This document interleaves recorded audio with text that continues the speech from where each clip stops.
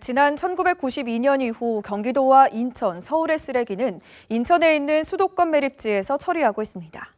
하지만 이 수도권 매립지가 오는 2025년부터는 더 이상 사용할 수 없게 되면서 경기도는 쓰레기 처리 문제를 고민하고 있는 상황인데요.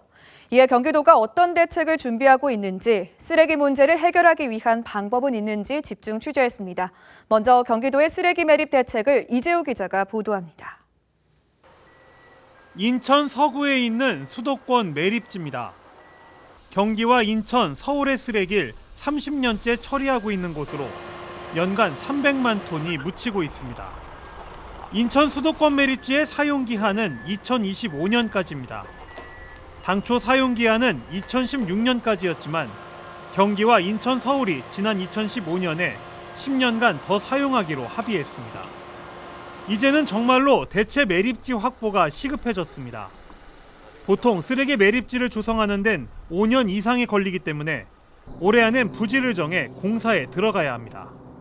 대체 매립지나 이런 매립지 조성하는데 7년 이상이 걸리는 걸 고려했을 때는 이미 적기가 도래한 건 아니지만 어쨌든 관련 절차들을 이제는 올해를 목표를 잡고 이에 경기도는 환경부와 함께 지난 1월부터 대체 매립지 공모에 나섰습니다.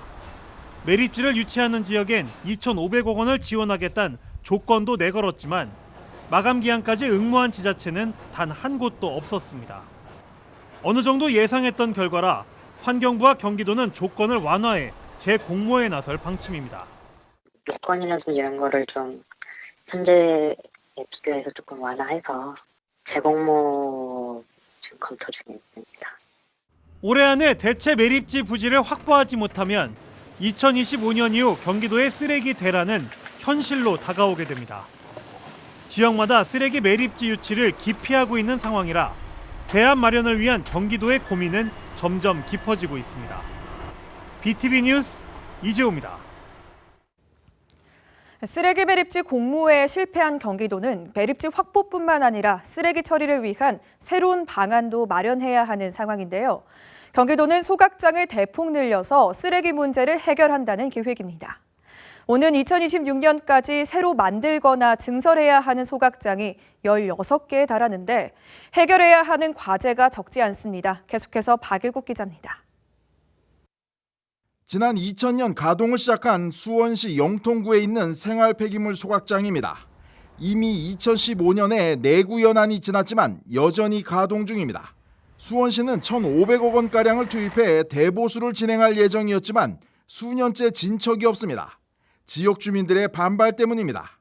영통 지역 주민들은 20여 년 전 소각장 건설 당시 수원시와 맺은 협약에 따라 주민 동의 없는 대보수는 불가하다며 이전할 것을 요구하고 있습니다. 사람이 적어도 덜 있는 곳, 주거 환경에 벗어난 지역, 아직도 그런 지역을 찾아가야 되는 게 맞다는 거죠.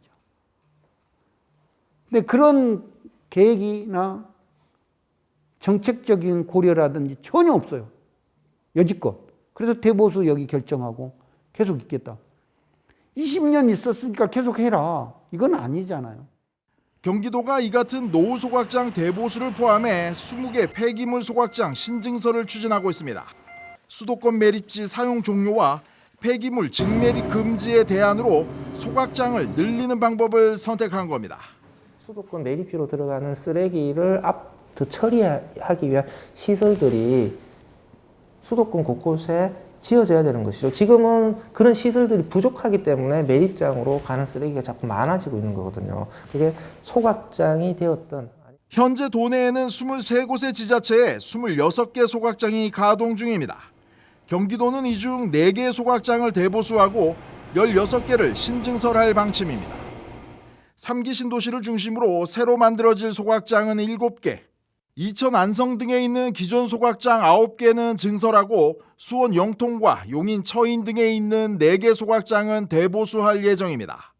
또 2027년까지 음식물과 재활용 처리 시설 26개를 만드는데 총 1조 9,200억 원을 투입할 계획입니다. 경기도는 생활 폐기물 소각을 통해 부피는 80%가량 줄이고 매립도 소각재 처리 방식으로 전환한다는 구상입니다.